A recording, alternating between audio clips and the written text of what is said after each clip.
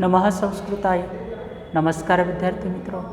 मागच्या तासाला आपण वर्णानाम संवाद हा द्वितीय घटक किंवा दुसरा भाग या ठिकाणी आपण पाहिलेला होता. म्हणजे संस्कृतच्या वर्णमालेचा परिचय आपण या ठिकाणी पाहिलेला होता.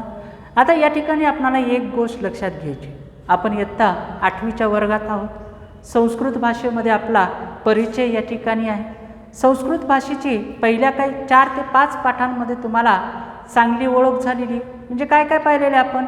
नाम, सर्वनाम, विभक्ती, वचन या सर्व गोष्टींचा आपण आत्तापर्यंतच्या मागील पाठांमध्ये या ठिकाणी अभ्यास केलेला आहे. आणि काल जो मी तुम्हाला या ठिकाणी पाठ या ठिकाणी शिकवलेला होता वर्णानाम संवाद, त्याच्यावरती एक टायटल होतं वर्णांचा संवाद द्वितीय घटक म्हणजे भाग दुसरा. आता याच्यामध्ये आपणाला भाग दुसरा चालतोय किंवा सुरू होतोय. कालच्या तासाला आपण संस्कृत वर्णमालेचा परिचय पाहिला आणि आजच्या आपल्या टॉपिकचं किंवा पाठाचं नाव या ठिकाणी आहे संबंधवाचका, म्हणजे संबंध दाखवणारे शब्द. प्रथमा ते संबोधनपर्यंतच्या विभक्ती आता या ठिकाणी माहीत झालेले आहेत. नाम कळालेलं आहे, सर्वनाम कळालेलं आहे. आता या विभक्तींचा वापर कशा प्रकारे करायचा त्याचा प्रत्येक किंवा त्याचा परिचय या प्रत्येक पाठामधून देण्यात आलेला आहे. आता इथून पुढचे पाठ तुमच्यासाठी अत्यंत महत्त्वाचे. म्हणजे प्रत्येक विभक्तीचं वैशिष्ट्य, कोणत्या धातूसाठी किंवा कोणत्या याच्यासाठी कोणत्या विभक्तीचा वापर होतो त्या सर्व विभक्तींचा परिचय या द्वितीय घटकामध्ये या ठिकाणी इथं देण्यात आलेला आहे. आजच्या पाठाला या ठिकाणी संबंध दाखवणारे शब्द या पाठात काही दिलेले आहेत. संबंध म्हणजे आपल्याला मराठीमध्ये झालेला आहे. आपण म्हणताना म्हणतो हे माझं पुस्तक आहे. असं जेव्हा या ठिकाणी मी म्हणतो तेव्हा माझं या अर्थी कोणती विभक्ती वापरतो आपण? षष्ठी विभक्तीचा उपयोग आपण इथं या ठिकाणी करतो. म्हणजे ती झाली मालकी. ही माझी शाळा आहे, भारत माझा देश आहे. हे वाक्य ज्यावेळेस आपण या ठिकाणी म्हणतो त्यावेळेस हे काय सांगतात? हे सर्व शब्द संबंध या ठिकाणी सांगतात. आणि संबंध दाखवण्यासाठी संस्कृत भाषेमध्ये कोणती विभक्ती या ठिकाणी वापरतात? तर संबंध दाखवण्यासाठी संस्कृतमध्ये षष्ठी विभक्तीचा वापर केला जातो. आता षष्ठी विभक्तीचा वापर कशा प्रकारे केला जातो? त्यात सर्वनामाची रूपं असतील, नामांची रूपं असतील, किम प्रश्नार्थक सर्वनाम आहे, एतत् सर्वनाम आहे, तत्सर्वनाम आहे. या पुल्लिंगी स्त्रीलिंगी सर्वनामांच्या रूपांचा या प्रस्तुत पाठामध्ये आपणाला परिचय करून दिलेला आहे. आता तो परिचय किंवा ती रूपं कशी वापरतात ते या ठिकाणी आपण आजच्या तासाला या ठिकाणी इथं पाहणार आहोत. पाठामध्ये या ठिकाणी आपल्या पाठ्यपुस्तक पान क्रमांक 22 वरती या ठिकाणी पाठ आहे संबंधवाचका. इथं आपणाला संबंध दाखवलेला आहे. पिता पुत्र, इकडे दशरथः, रावणः, धृतराष्ट्रः, रामः, भीमः, रामः, मेघनादः, दुर्योधनः, लवः, घटोत्कचः. आणि त्यानंतर 8.2 मध्ये या ठिकाणी रामायणम, महाभारतम, रघुवंशम, गीतगोविंदम. त्यानंतर इथं मध्यभागात कवी असा शब्द दिलेला आहे. वाल्मिकी, व्यासः, कालिदासः, जयदेवः यांचा संबंध कशा प्रकारे आहे आणि त्या माध्यमातून आपण षष्ठी विभक्तीचा वापर कसा करतो हे आता आपणाला काही वाक्याच्या माध्यमातून या ठिकाणी काय करायचं आहे? समजून घ्यायचं आहे. पहा, कस्य पुत्रः राम, कोणाचा पुत्र राम आहे? कसे हे काय आहे? किम प्रश्नार्थक सर्वनामाचं षष्ठी एकवचनाचं रूप आहे. आपण विचारत असताना एखाद्या विद्यार्थ्यांना अनोळखी मुलगा आला किंवा गावातले ग्रामीण भागात म्हणतो कोणाचा आहेस रे तू, असं या ठिकाणी आपल्याला म्हटलं जातं. किंवा कधी कधी कोणी जर थोडंसं रागावण्याच्या स्वरात किंवा मुद्दाहून आपल्याला भीती दाखवण्याच्या स्वरात म्हणतो कोणाचा आहेस रे तू, तुझ्या बापाचं नाव काय, असा ज्यावेळेस प्रश्न करतो त्यावेळेस इथं काय आहे? किम सर्वनाम प्रश्नार्थक सर्वनामाचा उपयोग होतो. आणि याची विभक्ती कोणती आहे? षष्ठी विभक्ती आहे. कस्य पुत्रः रामः, कोणाचा पुत्र राम, कोणाचा? हा मराठीमध्ये चाचीचे विभक्तीचे प्रत्यय तुम्ही या ठिकाणी पाहिलेले 7वीच्या वर्गामध्ये या ठिकाणी तुम्हाला विभक्तींचे मराठी प्रत्यय या ठिकाणी आहेत. उदाहरणार्थ सला ते सलाना ते असतील प्रत्यय. त्याप्रमाणे चाचीचे हा कोणत्या विभक्तीमध्ये येतो पहा.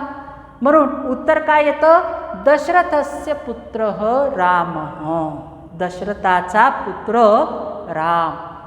षष्ठी विभक्ती आली. अशा प्रकारे या ठिकाणी सर्वनाम आणि नामांची ही षष्ठी विभक्तीचा वापर दोन व्यक्तीचा संबंध दाखवण्यासाठी होतो. दुसरं तेच उदाहरण उलट करून विचारलेलं आहे. कस्य पिता दशरथ हो. कोणाचे वडील दशरथ आहे असंही विचारलेलं आहे. आणि असंही म्हणजे दोन्ही बाबीतून तुम्हाला विभक्तीचा अर्थ किंवा विभक्ती कशा प्रकारे वापरायची ते या ठिकाणी इथं सांगितलेलं आहे. कोणाचा पिता दशरथ? रामस्य पिता दशरथ. रामाचे वडील किंवा पिता दशरथ. आता खाली काही मग प्रश्न आपणाला दिलेले आहेत. पहिला प्रश्न आहे तिथं डायरेक्ट उत्तर दिलेलं आहे. मी या ठिकाणी प्रश्न या ठिकाणी तयार केलेला आहे. कस्य पुत्र मेघनाद. कोणाचा पुत्र मेघनाद आहे? परत षष्ठी विभक्तीचं रूप या ठिकाणी वापरले प्रश्न विचारण्यासाठी किम प्रश्नार्थक सर्वनामाचा वापर इथं केलेला आहे. उत्तर काय आहे? कस्यच्या ठिकाणी हा प्रश्न आहे. इथं प्रश्नार्थक चिन्ह आहे. कोणाचा? उत्तर काय येईल? रावणस्य पुत्र मेघनाद. रावणाचा पुत्र मेघनाद.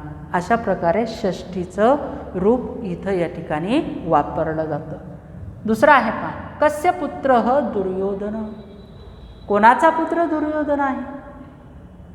हे सगळे प्राचीन नावं आहेत किंवा आपल्या वाङ्मयामध्ये किंवा आपल्या प्राचीन काव्यामध्ये महाकाव्यामध्ये ही नावं या ठिकाणी आलेली आहेत. रामायण आणि महाभारतातली ही सर्व नावं या ठिकाणी घेतलेली आहेत. कस्यचं उत्तर इथं काय आहे? धृतराष्ट्रस्य. कोणती विभक्ती आहे? कस्य. इथं षष्ठी विभक्ती आहे. कोणाचा या अर्थी आपणाला इथं सुद्धा कोणती विभक्ती वापरावी लागेल? षष्ठी विभक्तीच वापरावी लागेल. धृतराष्ट्रस्य पुत्र दुर्योधन. धृतराष्ट्राचा पुत्र दुर्योधन. कस्य पुत्र लव. कोणाचा पुत्र लव आहे? लव हे सुद्धा आपणाला माहिती आहे. रामायणाची कथा जर आपण पाहिलेली असेल, आत्ताच आपल्या इकडे रामायण ही सिरियल उन्हाळ्यामध्ये सुरू झालेली होती लॉकडाऊनच्या काळामध्ये. ते आपण प्रत्येकानेच पाहिलेलं असेल. तर लव आणि कुश हे कोण आहेत हे आपण सर्वांना माहिती आहे. कोण आहे? श्रीरामस्य पुत्र लव. श्रीरामस्य ही कोणती विभक्ती आहे? षष्ठी. राम शब्द आपण अकारांत पुल्लिंगी पाहिलेला आहे. रामः रामो रामः प्रथमा. रामस्य रामयोः रामानाम षष्ठी.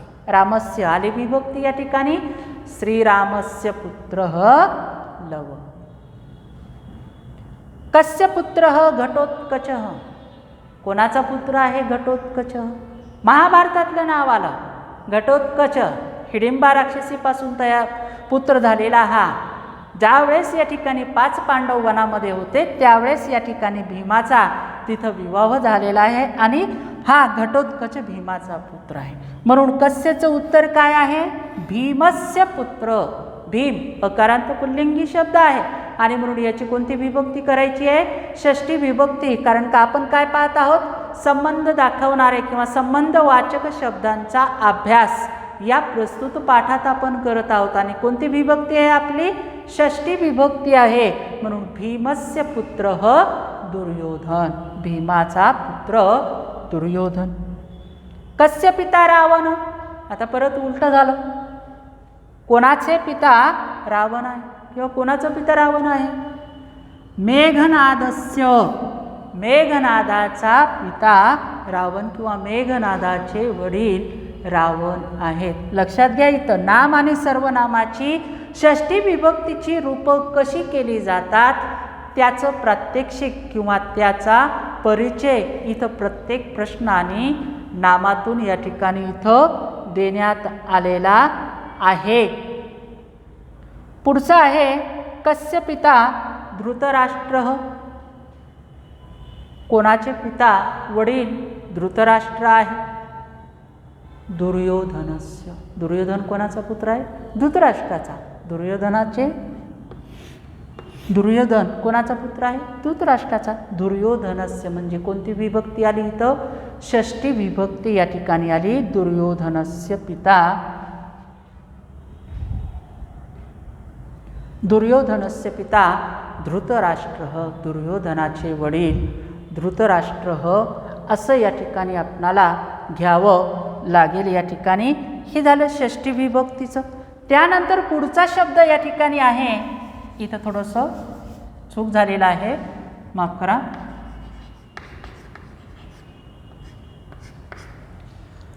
पुढचा प्रश्न आहे कस्य पिता रामः. कोणाचे पिता राम आहे किंवा कोणाचे वडील राम आहे. कस्य कोणती विभक्ती आहे?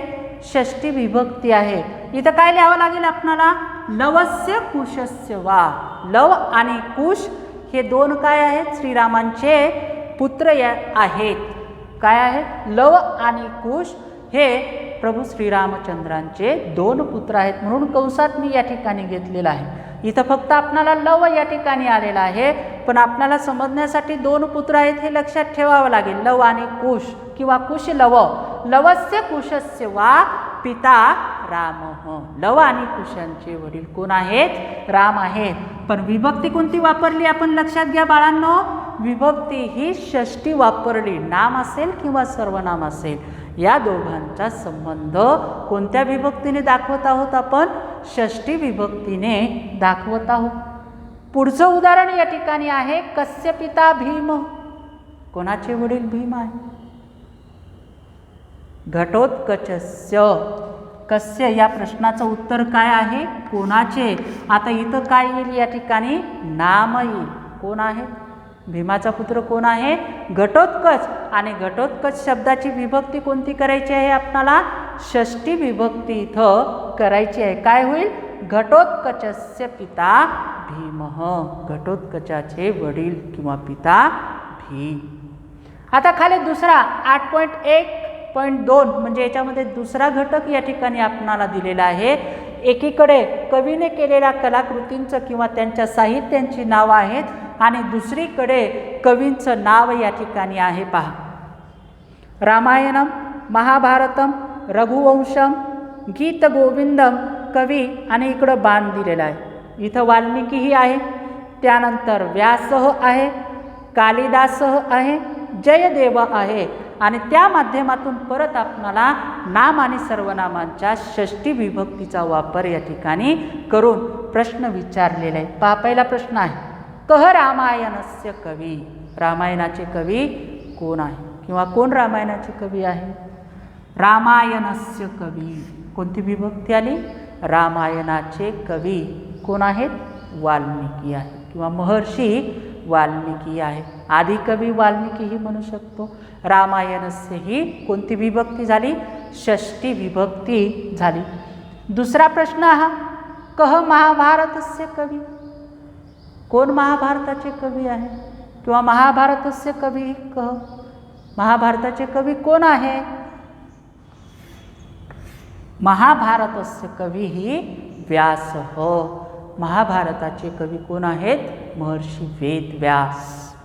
तिसरा प्रश्न विचारलेला आहे कह रघुवंशस्य कवी. रघुवंशाचे कोण कवी आहे? रघुवंशस्य कवी ही कालिदास.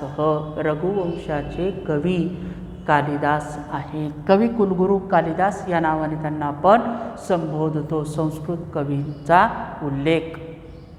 कह गीतगोविंदस्य कवी. गीतगोविंदाचे कवी कोण आहे? गीतगोविंदस्य कवी ही जयदेव. गीतगोविंदाचे कवी जयदेव आहेत. अशा पद्धतीने या फक्त 2 पार्टमध्ये आपण नाम आणि सर्वनामांची षष्ठी विभक्तींची रूपं कशी वापरली जातात आणि त्याच्या माध्यमातून प्रश्न कसा तयार केला जातो किंवा कसा विचारला जातो या गोष्टीची चर्चा केलेली आहे. राहिलेला भाग आणखी 2 पार्ट या पाठामध्ये आहेत आपले. ते राहिलेले 2 भाग आपण उद्याच्या तासाला घेऊया. या भागात जर काही समस्या असेल तर तुम्ही मला परत वैयक्तिक विचारू शकता. आत्ता सध्या आपण इथं थांबूयात. राहिलेला भाग उद्याच्या तासाला पाहूयात. धन्यवाद.